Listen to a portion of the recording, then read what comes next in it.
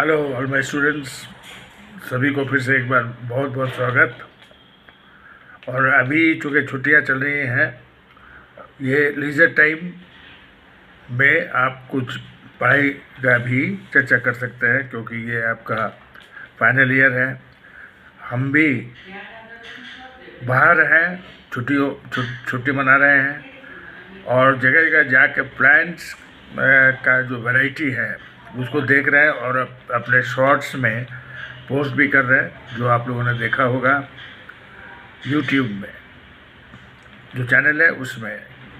ये जो life process है, लाइफ प्रोसेस का मतलब है कि लिविंग बीइंग्स का जो प्रोसेस जो कंटिन्यू रखना है, लाइफ को रखने के लिए ज़रूरी है, वो लाइफ प्रोसेस है। अब ये जो प्लांट्स हैं, इतने टाइप के प्लांट्स हैं कि आश्चर्य लगता है कि कैसे ये अपने लीव्स को ग्रो कर रहे हैं, कैसे अडेप्ट कर रहे हैं अपने सिचुएशन, जो एनवायरमेंटल सिचुएशन है उसके साथ। तो ये जो साउथ इंडिया है, इसमें बहुत टाइप्स के, बहुत वैरायटीज़ के प्लांट्स जो हैं वो हैं, जो हम जगह जगह जा रहे हैं तो जो एक कुछ नया तरीके का हमको लग रहा है, उनका हम छोटे छोटे शॉर्ट्स में वीडियो पोस्ट कर रहे हैं।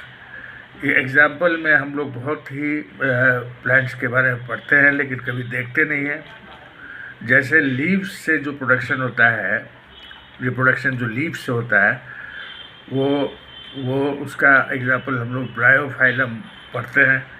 उसी का एक और एग्ज़ाम्पल एपीफाइलम भी है, जिसको ब्रह्म कमल बोलते हैं। तो ये ब्रह्म कमल जो है, रात में फूल जो है वो खिलते हैं। तो ये जो इस तरह के हिली रीजन्स में, जहाँ गर्मी ज़्यादा नहीं है, ठंडे इलाके में ये सब जो ब्रह्म कमल के प्लांट्स हैं वो देखने को मिले। इसी तरह बहुत सारा और भी लिली के टाइप्स हैं जो यहाँ देखने को मिले, और पाइन्स के डिफरेंट टाइप्स। तो जिसके जो हम लोग पढ़ते हैं कि एडाप्टेशन जो है वो इसलिए है कि वो लीव्स जो है वो नीडल शेप का है, ताकि अगर आइस गिरे भी तो वो ठहरे नहीं, स्लिप कर जाए। तो इस तरह का जो एडाप्टेशन हम देख रहे हैं, तो सारा ही एक प्रोसेस है, लाइफ प्रोसेस है। ट्रांसपिरेशन भी एक लाइफ प्रोसेस है, रिप्रोडक्शन भी लाइफ प्रोसेस नहीं भी है तो एसेंशियल एक प्रॉपर्टी है लिविंग बीइंग का, जिससे कि स्पेसीज कंटिन्यू होता है। बिना रिप्रोडक्शन के भी लिविंग बीइंग्स जिंदा रह सकते हैं, इसलिए इसको लाइफ प्रोसेस में नहीं रखा गया है। रिप्रोडक्शन को अलग से पढ़ा जाता है, क्योंकि ये एसेंशियल प्रॉपर्टी तो ज़रूर है स्पेसीज को कंटिन्यू रखने के लिए, चाहे प्लांट्स हो चाहे एनिमल्स हो। फिर रेस्पिरेशन में हम देखते हैं कि किस तरह के प्लांट्स में रेस्पिरेशन हो रहा है, और कैसे किस स्टोमेटा के थ्रू कैसे एक्सचेंज हो रहा है। एनिमल का भी हम लोगों ने देखा रेस्पिरेशन, ह्यूमन में देखा। तो इस तरह से हम लाइफ प्रोसेस का चर्चा करते हैं, और ये बहुत ही इम्पोर्टेंट है आपके लिए। अब जो सर्कुलेटरी सिस्टम है, जो ट्रांसपोर्टेशन है, तो उसमें ब्लड और लिम्फ को पढ़ना है, जानना है, जो हमने नोट्स भेजा हुआ है, एक्सप्लेन भी किया हुआ है। तो ब्लड में जो मेन बात है वो ये है कि दो पार्ट में ब्लड को बांट सकते हैं। जो लिक्विड पार्ट है ब्लड का वो प्लाज्मा है, जिसकी वजह से वो लिक्विड है, और दूसरा है कि उसके सेल्स हैं, जिसकी वजह से वो कनेक्टिव टिश्यू है। ग्रुप ऑफ सेल्स हैं आरबीसी, डब्ल्यूबीसी और प्लेटलेट्स।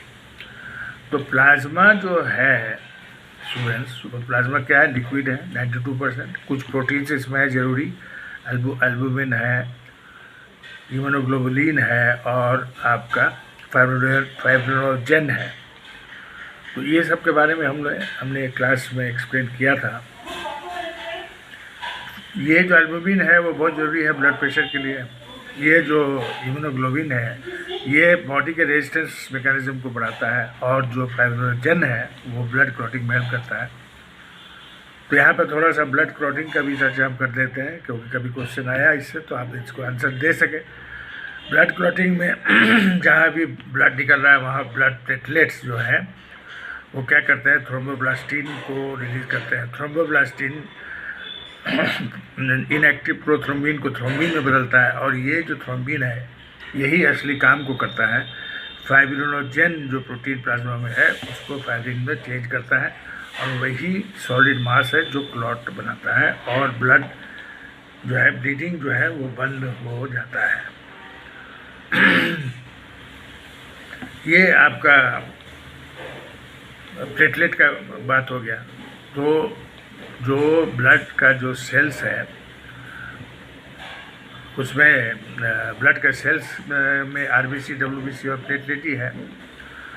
तो फाइब्रिनोजेन का हमने ये किया कि फाइब्रिनोजेन कैसे फाइब्रिन में चेंज होता है, जो प्लेटलेट ही हेल्प करता है इसमें।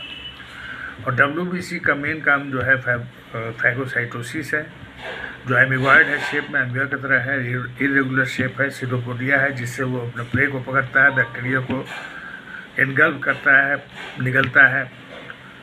और जो डब्ल्यूबीसी जो है वो सोल्जर है बॉडी का, उसको ल्यूकोसाइट्स भी बोलते हैं। उसमें न्यूक्लियस है, और दूसरी बात है कि लाइफ स्पैन जो है उसका कितना है, कपल ऑफ आवर्स से कपल ऑफ डेज तक। तो ये आपका डब्ल्यूबीसी जो है वो उसका एक चर्चा, एक इम्पोर्टेंट जो पॉइंट्स है उसको याद रखना है। और डब्ल्यूबीसी जो है फॉर्म कहाँ होता है, बोन मैरो में, और डिस्ट्रॉय कहाँ होता है, वो बैक्टीरिया के साथ लड़ते लड़ते भी अपने डिस्ट्रॉय हो जाता है, जो पस में डेड डब्ल्यूबीसी पाया जाता है। फिर आरबीसी है, आरबीसी सबसे छोटा सेल है, इसमें न्यूक्लियस नहीं है, बाइकन के डिस्क के शेप में है, 120 दिन इसका स्पैन है। इसका मेन फंक्शन जो है वो ऑक्सीजन को कैरी करना है, ऑक्सीहेमोग्लोबिन के रूप में। आरबीसी के में हेमोग्लोबिन है जो ऑक्सीहेमोग्लोबिन के रूप में ऑक्सीजन को कैरी कर रहा है all the cells and tissues में, और ऑक्सीजन जो कैरी कर रहा है ये मेन ट्रांसपोर्टेशन काम है ब्लड का। जो कि ब्लड में ऑक्सीजन है वो सेल में जा रहा है, डिफ्यूज़ हो रहा है, और सेल का जो कार्बन डाइऑक्साइड है वो ब्लड में आ रहा है। गैसेज एक्सचेंज और जितने भी आपके जो भी डाइजेस्टेड इंग्रेडिएंट्स हैं, डाइजेस्टेड न्यूट्रिएंट्स हैं, वो कहाँ है, ब्लड में ही है। तो ये जो ब्लड का जो प्लाज्मा है उसी में है, तो ये सारे ट्रांसपोर्ट हो रहे हैं। तो आरबीसी का मेन काम अगर देखें तो ऑक्सीजन को कैरी करना है, और आरबीसी के में हेमोग्लोबिन है, उसी की वजह से ब्लड रेड है, ठीक है ना। बनता है बोन मैरो में, डिस्ट्रॉय होता है लीवर और स्प्लीन में, और लाइफ स्पैन तो हमने बताया ही है 120 दिन का है। और फिर प्लेटलेट का जो चर्चा हमने पहले ही कर दिया है। प्लेटलेट जो है सबसे छोटा बहुत छोटा सेल है, और ब्लड क्लॉटिंग में हेल्प करता है। इसमें भी न्यूक्लियस नहीं है, आरबीसी में न्यूक्लियस नहीं है, इसमें भी न्यूक्लियस नहीं है। ये तो आपका सेल हो गया, प्लाज्मा और सेल। अब जो है इसका सर्कुलेशन कैसे होता है, तो हार्ट से होता है। हार्ट जो है ह्यूमन में 4 चैम्बर्ड हार्ट है, जो एक झिल्ली के अंदर है जिसको पेरिकार्डियम बोलते हैं। और हार्ट का जो वॉल है वो 3 लेयर्ड है, एपिकार्डियम, मायोकार्डियम, एंडोकार्डियम। और हार्ट में 4 चैम्बर है ह्यूमन हार्ट में, 2 ऑरिकल या आर्ट्रियम और 2 वेंट्रिकल। तो हार्ट ब्लड को पंप कर रहा है, और कैसे सर्कुलेशन हो रहा है ये आपको याद रखना है। तो आपको याद होगा कि हमने बताया था ये डबल सर्कुलेशन होता है। एक बार होता है हार्ट से लंग, लंग से हार्ट, ये पल्मोनरी पार्ट हो गया। और फिर लंग से जो हार्ट में आया ब्लड ऑक्सीडेटेड हो गए, वो फिर पूरे बॉडी में गया। तो पूरे बॉडी में गया तो सिस्टमिक सर्कुलेशन हो गया। फिर बॉडी से ऑक्सीजन रिलीज हो गया सेल्स में, बॉडी के अंदर, और CO2 ब्लड में आ गया, जो कि वापस डीऑक्सीनेटेड ब्लड के रूप में हार्ट में आया। तो ये सिस्टमिक सर्कुलेशन है, इसको आपको याद रखना है। दैट इज़ डबल सर्कुलेशन, पूरे बॉडी से डीऑक्सीनेटेड ब्लड टू वेन्स कहाँ आया, राइट एट्रियम में। राइट एट्रियम रिलैक्स कर रहा है, डायस्टोल होगा, फिर कॉन्ट्रैक्ट करेगा, सिस्टोल होगा, और फिर राइट ऑरिकल से राइट वेंट्रिकल में जाएगा, राइट वेंट्रिकल से पल्मोनरी आर्टरी इसको लंग में ले जाएगा, फिर वहाँ भी राइट वेंट्रिकल में भी डायस्टोल सिस्टोल होगा, सिस्टोल से ही ब्लड पंप होगा, पुश होगा, क्योंकि उसका प्रेशर ज़्यादा है, कॉन्ट्रैक्शन का प्रेशर ज़्यादा है, और वो लंग्स में जाएगा थ्रू पल्मोनरी आर्टरी, जो एकमात्र आर्टरी है जो क्या करता है, डीऑक्सीनेटेड ब्लड को लंग्स तक पहुंचाता है। लंग्स में क्या होगा, एक्सचेंज ऑफ गैसेस होगा, और डीऑक्सीनेटेड ब्लड ऑक्सीनेटेड बनेगा, और फिर वो वापस कहाँ आएगा, लेफ्ट एट्रियम में, जो रिलैक्स करेगा तो डायस्टोल होगा, कॉन्ट्रैक्ट करेगा तो सिस्टोल होगा, और सिस्टोल से ही ये ऑक्सीनेटेड ब्लड कहाँ जाएगा, लेफ्ट वेंट्रिकल में। और ये लाया कौन है, पल्मोनरी वेन, एकमात्र वेन जो ऑक्सीनेटेड ब्लड कैरी करता है। और लेफ्ट वेंट्रिकल से अब ब्लड कहाँ जाएगा, पूरे बॉडी में जाएगा। तो पहला पार्ट जो था वो राइट एट्रियम से लंग तक, और लंग से फिर लेफ्ट एट्रियम तक, वो हो गया पल्मोनरी पार्ट, लंग से जुड़ा हुआ, और फिर लेफ्ट वेंट्रिकल से पूरे बॉडी में, पूरे बॉडी से फिर राइट एट्रियम में, ये हो गया सिस्टेमिक सर्कुलेशन। और वाल्व्स दोनों साइड के आपको याद रखना है। राइट हैंड साइड में ट्राइकस्पिड वाल्व है जिसमें 3 फ्लैप है, और बाएं साइड में बाइकस्पिड वाल्व है जिसको मिट्रल वाल्व भी बोलते हैं। और जब ब्लड बाहर निकल रहा है हार्ट से, लंग में जा रहा है पहली बार तो पल्मोनरी आर्टरी के द्वारा, वहाँ पर एक वाल्व है जिसका नाम है पल्मोनरी सेमिल्यूनर वाल्व। और जब फाइनली लेफ्ट वेंट्रिकल से पूरे बॉडी में जा रहा है आरोटा के द्वारा, तो वो जो है वो कौन सा, वहाँ भी एक वाल्व है जिसका नाम क्या है, एरोटिक सेमिल्यूनर वाल्व। तो ये वाल्व्स हैं हार्ट के।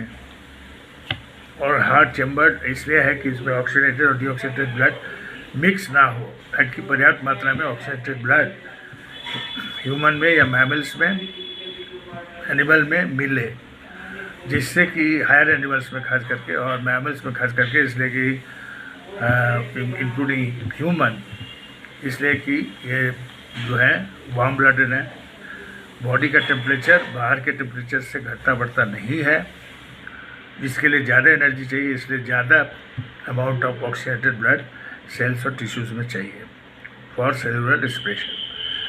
तो ये आपका डबल सर्कुलेशन हुआ। ये सब जो इसके सैलिएंट फीचर्स हैं, जो पॉइंट्स हैं, कैसे कहाँ पर कौन सा चैम्बर में गया, कैसे फिर पूरे बॉडी में सर्कुलेट हुआ, ये आपको याद रखना है।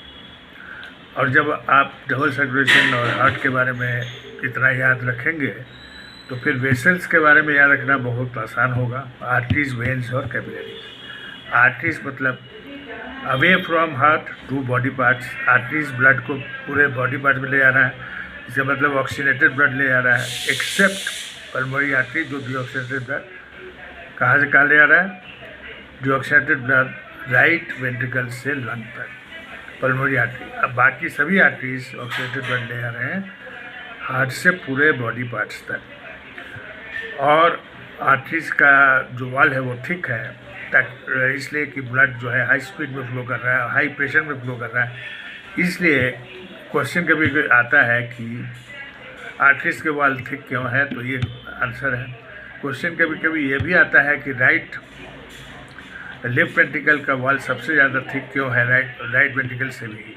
ये इसलिए है कि लेफ्ट वेंट्रिकल में सबसे ज़्यादा सिस्टोलिक प्रेशर होता है, ताकि पूरा जो ब्लड है वो आरोटा से पूरे बॉडी में जा रहा है। तो ये जो बहुत ज़्यादा प्रेशर है, हाँ, इसको टॉलरेट करने के लिए, इसको सस्टेन करने के लिए, वाल्व्स अपने को सस्टेन रखना चाहते हैं, इसलिए नहीं अगर वाल्व्स इसको बियर कर पाएंगे तो फिर प्रॉब्लम आएगा। इसलिए वह यहाँ का जो लेफ्ट वेंट्रिकल का जो वाल्व्स है वो काफ़ी ज़्यादा थिक है। ये क्वेश्चन आता है। तो ये सब आपको जो सैलिएंट फीचर्स है इसको याद रखना है। अब जो है आर्टरीज के बारे में और आपको जो पॉइंट्स हैं वो तो हमने चर्चा किया ही है। जो ये आर्टरीज है वो इलास्टिक है, ताकि वो हाई स्पीड ऑफ ब्लड से, हाई प्रेशर एंड स्पीड और ब्लड से अपने को एडजस्ट कर सके या रिकॉइल कर सके या थोड़ा एक्सटेंड कर सके, इसलिए इलास्टिक है। और फिर जो है इसमें आर्टरीज में वाल्व्स का ज़रूरत नहीं है, इसलिए कि हाई स्पीड से वाल्व जा रहा है तो बैक फ्लो का, हाई प्रेशर में जा रहा है इसलिए बैक फ्लो का चांस नहीं है। और इसका लुमेन जो है अंदर में जगह कम है ताकि हाई प्रेशर में ब्लड पास करे, फ्लो करे।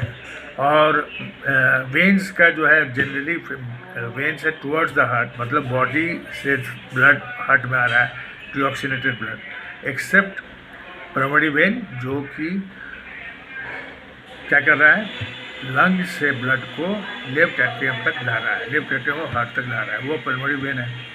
लेकिन सब when generally deoxygenated blood carry कर रहे हैं सेल्स एंड टिश्यूज से हार्ट तक, राइट एट्रियम तक, है ना। और वेन्स का लुमेन जो अंदर की जगह है वो चौड़ा होता है इसलिए कि ब्लड स्लोली और अंडर लो प्रेशर पास कर रहा है। और उसका वाल उतना थिक नहीं होता है, थिन वाल्स होते हैं, इलास्टिक नहीं होता है इसलिए कि एडजस्ट करने की ज़रूरत नहीं है। लेकिन इसमें वाल्व होता है ताकि ब्लड बैक फ्लो ना करे, ताकि स्लोली ब्लड पास कर रहा है तो बैक फ्लो का चांस इसमें है। तो these are the important points students जो आपको वेसल्स में, ब्लड वेसल्स में आर्टरीज और वेन्स के बारे में जानना है। कुछ 4-5 पॉइंट्स इंपॉर्टेंट याद रखना है। और कैपिलरीज जो है, एक पॉइंट और भी है, हम बोल देना चाह रहे हैं कि आर्टरीज का साइज़ जो है बड़ा से छोटा होता है।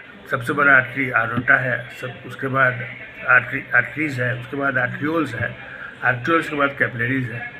और वेन का साइज़ छोटा से बड़ा होता है, कैपिलरीज के बाद वेन्यूल्स, वेन्यूल से वेन, वेन से वेना कावा जो सबसे बड़ा वेन है। तो वेना कावा से ही ब्लड एंटर कर रहा है हार्ट में और आरोटा से निकल रहा है पूरे बॉडी के लिए। तो ये वेना कावा सबसे बड़ा वेन है। तो ये जो है साइज में भी डिफरेंस है, that is also you have to remember, ये भी आपको याद रखना है। और कैपिलरीज जो है वो आर्ट्रियोल से कैपिलरी बन रहा है जिससे कि फाइनल एक्सचेंज और ट्रांसफ़र हो रहा है सेल्स में, डाइजेस्टेड एब्जॉर्ब फूड का, ऑक्सीजन का, फिर कार्बन डाइऑक्साइड ब्लड में आ रहा है जिसको हम निकाल रहे हैं। सो ये सारा काम कैपिलरीज के थ्रू ही हो रहा है। जो वेस्ट है यूरिया एसिड वो भी कैपिलरीज के थ्रू ही किडनी में जा रहा है और किडनी में फिल्टर हो रहा है। ग्लोमेरुलस में ग्लोमेरुलर फिल्टर जो हो रहा है वही फाइनली यूरिन बन रहा है। तो ये सब काम कैपिलरीज के थ्रू ही हो रहा है। जितने डाइजेस्टेड और एब्जॉर्ब फूड है सारे कैपिलरीज से ही ट्रांसफ़र हो रहा है, कहाँ, सेल्स और टिश्यूज में। तो कनेक्शन जो है ब्लड का सेल्स और टिश्यूज से वो कैपिलरीज के थ्रू ही हो रहा है। इतना आप याद रखें। और ये वीडियो हम इस वीडियो को यहीं एंड करते हैं। फिर हम आगे जो बचा हुआ है लाइव प्रोसेस में उसको फिर हम करेंगे दूसरे मेरे वीडियो में। तब तक और भी जगह हम जाएंगे और जहाँ भी हमको इंटरेस्टिंग और कुछ रेलिवेंट इन्फॉर्मेशन मिलेगा हम ज़रूर लेंगे और इसमें वीडियो के रूप में पोस्ट भी करेंगे। Thank you so much. Stay blessed.